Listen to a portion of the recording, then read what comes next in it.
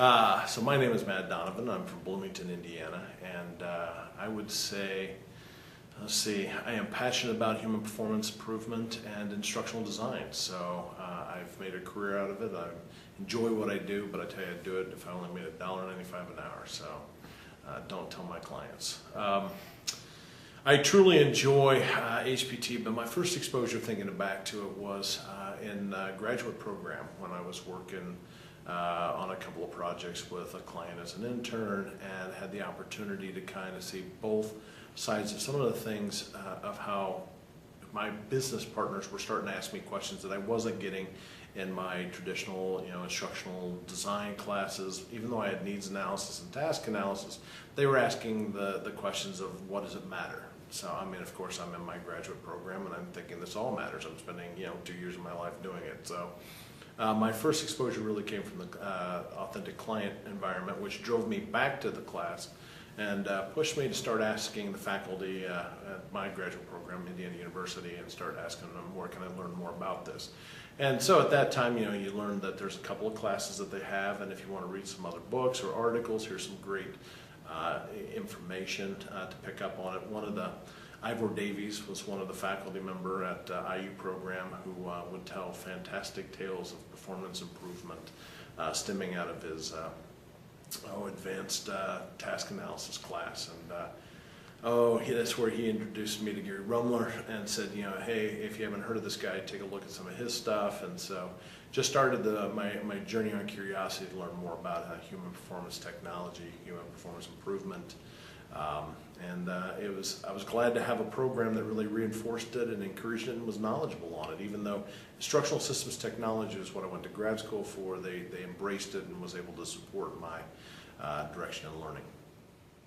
So my 30-second elevator speech on HPT, or what I do, is, when asked what it is that I do, I often respond to folks and say, well, I focus on helping people and organizations improve on their performance, and that's a range of outcomes that I help them do. So looking at a performance environment, which can be a range of things, from a manufacturing environment to more of a corporate compliance environment, whatever you're looking at and the challenges you're facing with an organization, how can we help those that are actually really driving your organization perform better?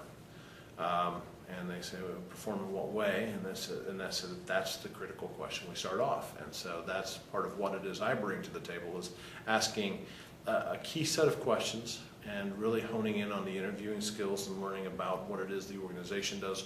What are you trying to get out of those, the people side, as well as tying into the overall organizational outcomes. So when they're starting off asking those questions, I know I've succeeded in my 30-second elevator speech. So I've got a lot of new projects kind of bubbling around in my head. So one of the things that I think I'm trying to put together around is learn more about other models where I would say domains have become more mainstream in businesses, where they've actually seen more recognition and uptake. So I think one of the things that I've been trying to look into is the concept of, or the field of supply chain, for example.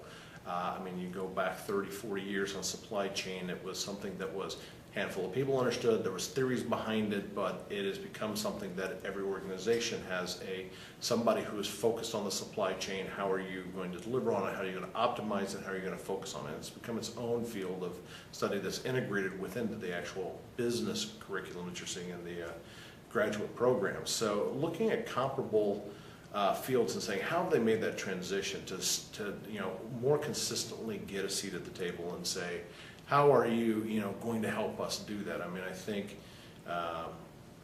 from my own personal journey and understanding about it, it's like when your competitor all of a sudden is driving it so that you have to have it. When Walmart sets out and says, hey, in the retail space, one of their competitive advantages was their supply chain logistics and their ability from end to end to basically get products faster and cheaper to the consumers that they really want. And so they really dedicated a space to thinking about that.